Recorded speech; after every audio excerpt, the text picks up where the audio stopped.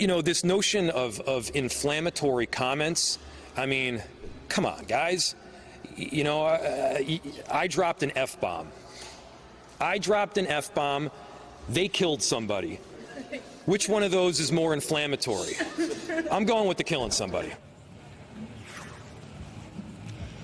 Anna, as you can see behind me, the group of people that have been coming here to pay their respects has only grown in the last hour. And there's occasionally chants you've been hearing. Among the chants are one that are specifically calling for Jonathan Ross, who has been named as the federal agent involved in this shooting, to face accountability. I can tell you from my conversations over the last 2 days that there is absolutely no appetite for the people on the ground here for no prosecution here. They want to see accountability held, and they have made clear that they will fault Governor Walz and Mayor Frey if that does not happen. Nnamdi Egwuonwu, thank you so much for your reporting.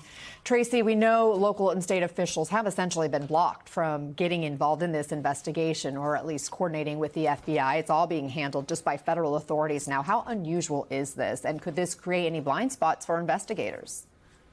Well, absolutely, it does create blind spots, right? So I think what you've heard from a lot of your other guests is historically these investigations have been done jointly, that there's cooperation.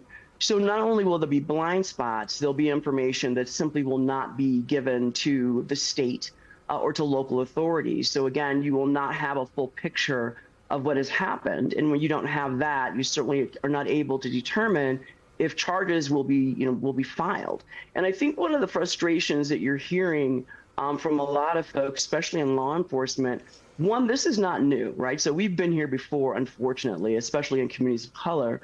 But we do know that we've had relationships, and historically have had relationships on the ground with federal law enforcement. And that vein of cooperation has always been something that we relied on. Rebecca, the Hennepin County District Attorney's Office has said that they have jurisdiction, they believe, to bring charges if warranted in this investigation. But how difficult will it be for them to even determine that if they don't have access to all the evidence in this case?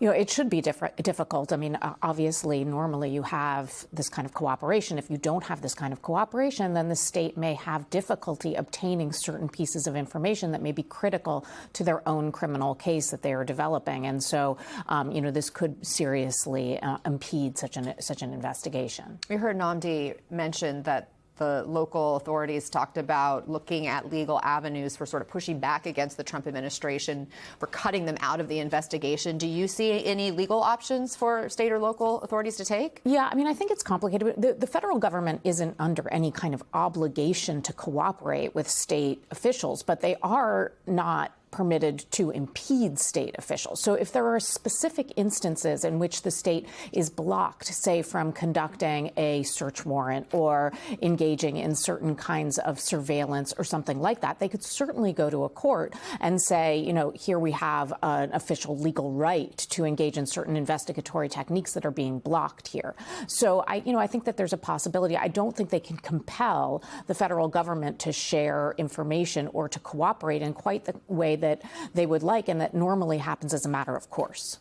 Tracy, is there any upside to the FBI not involving local and state officials in their investigation, the experts on the ground that have trust within the community?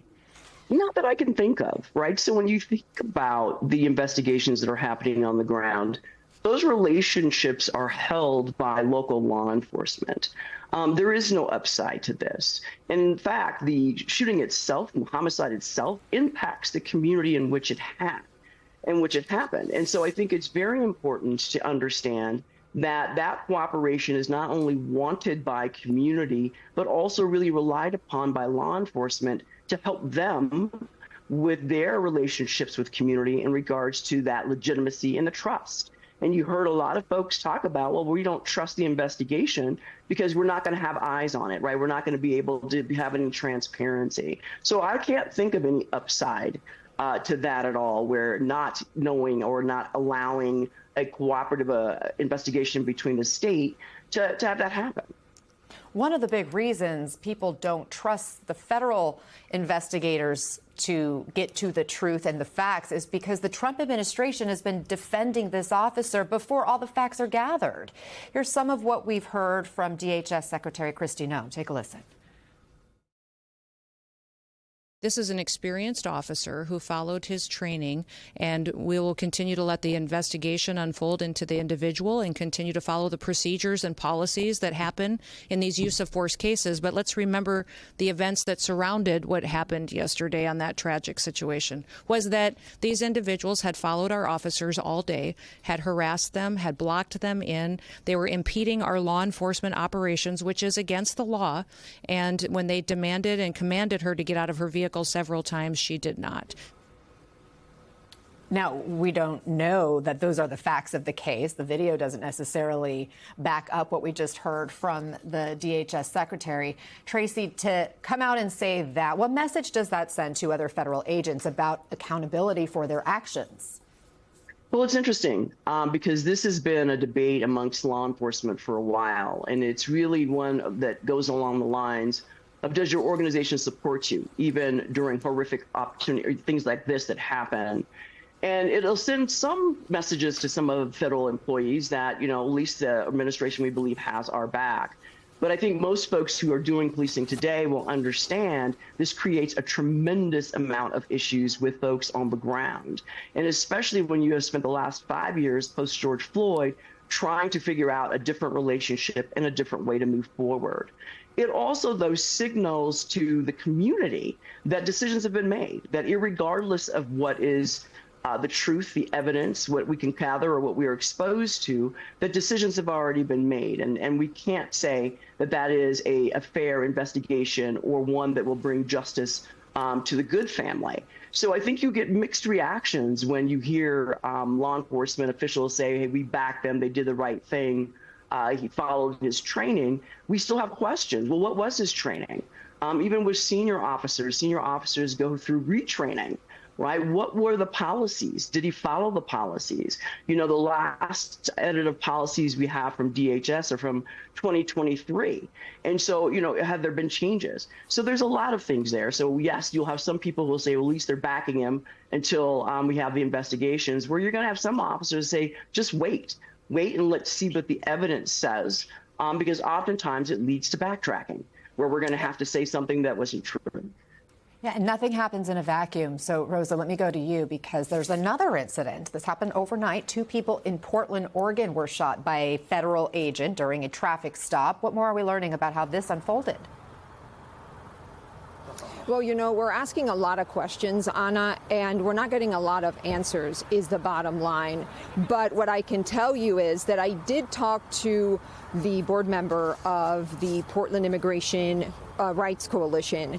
And to the point that some of your guests were making just moments ago, there are individuals, Americans across this country and here in Portland, who are parts of these organizations that are going out and using their constitutional rights to be in public spaces, to record, and according to the woman that I talked to hold ICE and the federal government accountable. So Americans are using what they can to record and to document, to gather evidence, and maybe not happening right now, but in the future, to hold the federal government accountable, to hold ICE agents and Border Patrol agents accountable. One of the other things that she mentioned that stood out to me was that a lot of these immigrants that are now in hiding, that are now in fear, recognize some of the authoritarian threads here in the United States from the countries that they fled. That's why they're in so much fear. Take a listen.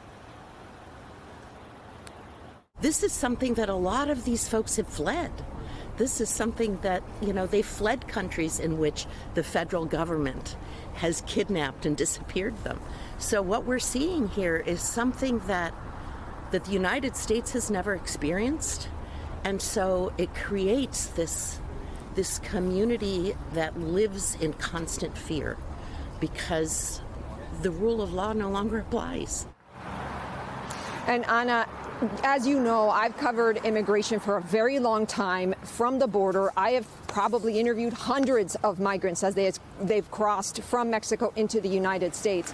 And one of the things that always stood out to me, no matter what the circumstances were of the individuals, as soon as they stepped into the United States, you could see the hope in their eyes, the hope in their faces, because they, in their minds, were in the land of the free, in the land of the opportunity. And now, as you heard from this board member that we interviewed, she says those same individuals are now afraid that the circumstances that they fled in Central America, in South America, and other countries around the world, they're seeing those same threads here in the United States.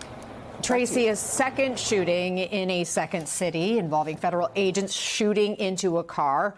Local police there in Portland weren't able to provide any details about what happened. They weren't witness to this shooting. They weren't on scene at the time. And here you have the Trump administration, DHS, saying in a statement, and I'm paraphrasing here, believe us, that these were bad guys and that they tried to use their vehicle as a weapon.